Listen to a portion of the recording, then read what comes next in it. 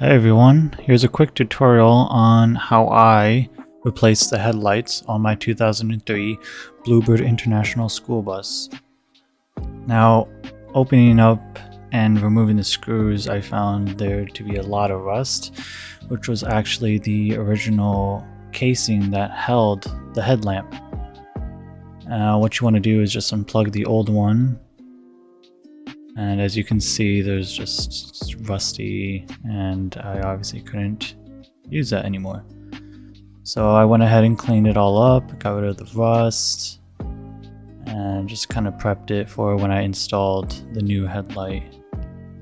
And here I'm actually taking off the clips that actually had the old screws, which were really rusty. So I went ahead and grabbed some PB Blaster, just kind of put some oil on that and then screwed it off. And now I did buy some new screws and clips. However, the new clips didn't fit in the makeshift holes in the headlight casing, so I just used the new screws and reused the old blue clips. And now some reviews on Amazon said about this headlamp holder that the screws didn't fit in the holes. So what you want to do is basically just grind that down a little bit with the cylinder shaver until it fits, like so. Yep. And now I grabbed some T-taps because this headlight that I got actually comes with turn signals. And now in the event that I deleted any of my turn signals, I wanted to make sure that I had a headlight that had turn signals on. So now I'm T-tapping the black and red wires to the turn signal in the same casing. And now I'm just putting that on there. And now the adapter that comes with this specific headlight, I'm going to go ahead and plug that in, remove the plastic coverings, twist the wires just a little bit, that way they fit inside, and just like so. And what you want to do here is it goes red to black and then black to red.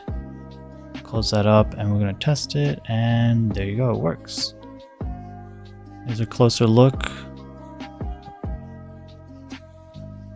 Red to black, black to red, and now your turn signal should be working. Now this company does make another type of headlight that's just plug and play and doesn't have the turn signals, but I figured because this is a newer version of their headlights, I went ahead and got that one. And now what you want to do is just kind of adjust it and make sure it's all in place and your wires are good.